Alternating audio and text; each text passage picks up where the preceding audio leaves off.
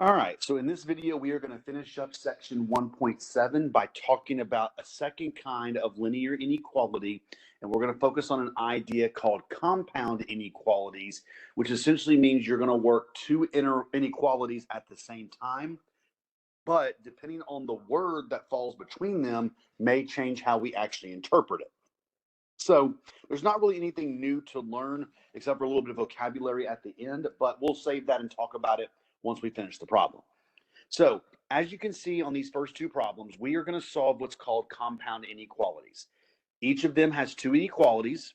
What you're going to do is you're going to solve them separately, and then depending on whether the word is and or in between them, that will depend on how you interpret your final answer. We'll get to that part in just a second. So starting with number one, you've got 2x minus 3 is less than or equal to 5, and 5x plus 1 is greater than 6. So what I'm going to do is I'm going to work them both individually. The first one, I'm going to add 3 to both sides to try to get the x by itself like we did in the last video. So that is 2x is less than or equal to 8. And then I'm going to divide both sides by 2. And that's going to give me x is less than or equal to 4. For the second one, I'm going to subtract 1 from both sides. That will give me 5x is greater than 5.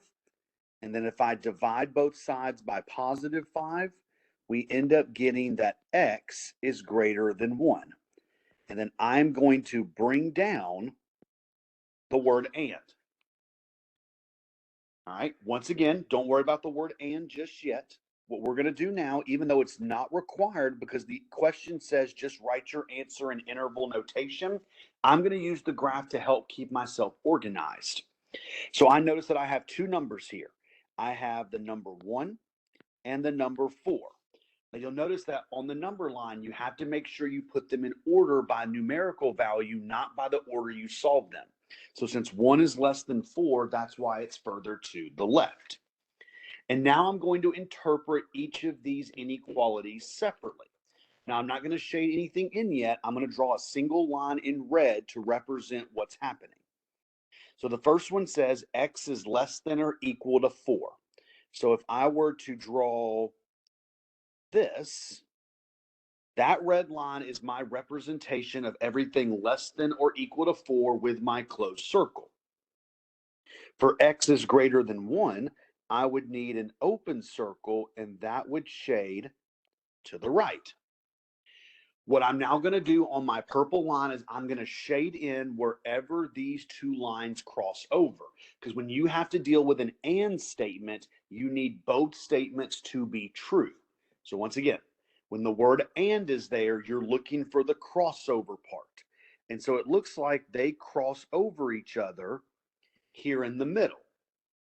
Now, from there, you have to match the open and closed circles to what you see above. So there would be a closed circle here, and there would be an open circle here. And then finally, to get my answer for the homework, if I write this in interval notation, I would bring down the number 1. I would bring down the number 4. The 1 gets a parentheses because of the open circle. The 4 gets a bracket because of the closed circle. That is your final answer for this compound inequality. And so you're really working two problems in one, and then for an and statement, you're figuring out where they cross over. Now, the second one we're going to do has an or in between it. We'll talk about what the or means in just a second. Let's just focus on working each of the inequalities first. So we've got 3x plus 1 is greater than 7, or 3 minus 4x is less than 15. So if I work each of these, starting with the first one, I'm going to subtract 1 from both sides. And so that will give me 3x is greater than 6. And if I divide both sides by 3, I end up getting x is greater than 2. On the second one, if I move the 3 over, so I'm going to subtract 3 from both sides, you will have negative 4x is less than 12. And then if I divide both sides by negative 4, Remember from the last video, if you divide by a negative number, you have to flip over the inequality. So now it becomes x is greater than -3. And the big difference here is no longer the word and, but now we have the word or. So let's see how we would set this up. What I'm going to do is the same thing. I'm going to draw a number line, and I'm going to plot my two values in order. So -3 is obviously the smaller of the two numbers, so it'll come first. And I'm going to use my little red line again to talk about this. So for -3, x is greater than -3. So I would draw an open circle, and greater than would shade it in this direction. For x is greater than 2, that would put another open circle and also shade into the right. The difference with an or statement is that you are not looking for the crossover areas. With or, it's a little bit less sensitive. For or, anytime any part of the graph has any line above it, that's the part you have to shade in. So you'll notice, even though this section here only has a single line above it, I still include it in the or statement. Likewise, everything here gets shaded in as well. Now you'll notice that I am not going to draw an open circle at 2 because it's not necessary, because it had to end up getting shaded in. But since the -3, nothing happened to the left of that, that's where I'll bring down my open circle. And now you've got to interpret this as an interval. Well, according to this graph, -3 is the furthest left that it goes, so that'll be my starting point. And since this graph is shaded in all the way to the right, that means the largest number you can interpret here is positive infinity. And we know from our last video that infinities get parentheses. And then since the -3 has an open circle, it also gets a parentheses, and that would be your final answer. And hopefully you're starting to see this is the major difference. For and, they have to both exist. For or, just one of them has to exist for you to shade it in. Let's do a couple of more. All right. So same instructions. I want you to solve these compound inequalities. We're going to do another and another or. For number 3, you've got 3x minus 1 needs to be less than -7, and 4x plus 1 needs to be greater than 9. So if I were to first solve these individually, I would begin by adding 1 to both sides of the first one, and that would give me 3x is less than -6. And if I divide both sides by 3, you will get that x is less than -2. On the second one, if I subtract 1 from both sides, you will get 4x is greater than 8. And if I divide both sides by 4, you will end up getting x is greater than 2. And remembering, we're bringing down our and statement. If I were to draw my number line and plot the numbers in order, this time they actually already in order. -2 comes first and +2 comes second. So if I were to sketch these individually, x is less than -2. So that would be an open circle, and less than is to the left. For x is greater than 2, that's an open circle, and that's shaded into the right. Now remember, with an and statement, you're looking for where they cross over each other. Unfortunately, neither one of these lines overlaps with the other one, so you're not going to be able to answer the question of where an and statement happens. So if you get an and statement and they don't cross over, your final answer is no solution. Or you might run into this symbol, which is kind of a 0 with a slash through it. That just also means no solution. I'm not sure how the homework has it listed, but it'll be one of the two options when you do that. So that is okay. It happens especially on and statements because you're required to see a crossover area, which we did not get in this case. So let's see what happens on number 4 then. Number 4, we're going back to an or statement, so we know it's not going to be no solution because you don't need crossovers in this. But you've got x minus 6 is greater than or equal to negative 11, or 4x plus 7 is less than 15. Well, on the first one, if I were to solve for x, that one looks pretty straightforward. All I've got to do is add 6 to both sides, and we end up with x is greater than or equal to negative 5. On the second one, if I subtract 7 from both sides, you end up with 4x is less than 8. And then if I divide both sides by 4, you get x is less than 2. Just remembering, we have an or statement between these two. So when I draw my number line, let's see, negative 5 will be the smaller number and 2 is the bigger number. So put those in order. Let's use my little line technique again. X is greater than or equal to negative 5. All right, so greater than or equal to negative 5 would be a closed circle here, and then I would shade it to the right. X is less than 2 would be an open circle, and I shade that to the left.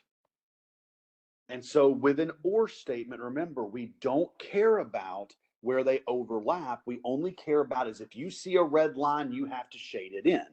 Well, if you notice, every single spot of this graph has at least one portion of the number line covered. So you would actually end up shading in the entire number line based on this situation. So what does that mean when it comes to your interval? Well, since it shades all the way to the left and it shades all the way to the right, it would go all the way from negative infinity to positive infinity. And since those always get parentheses, we'll put those on there, and that would be your final answer. And so it is possible with an or statement to actually get every number possible, but it'd have to look something like this that we just did.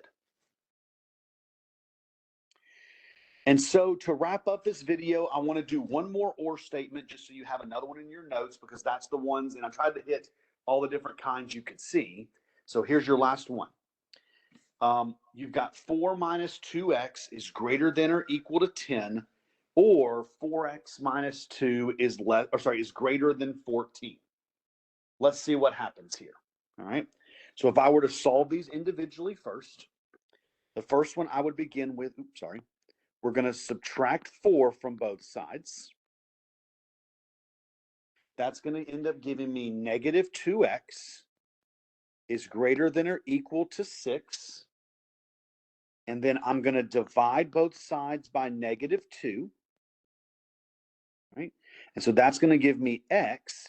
Since I'm dividing by a negative number, I have to flip-flop the order of my inequality. So it becomes less than or equal. And then 6 divided by negative 2 is negative 3.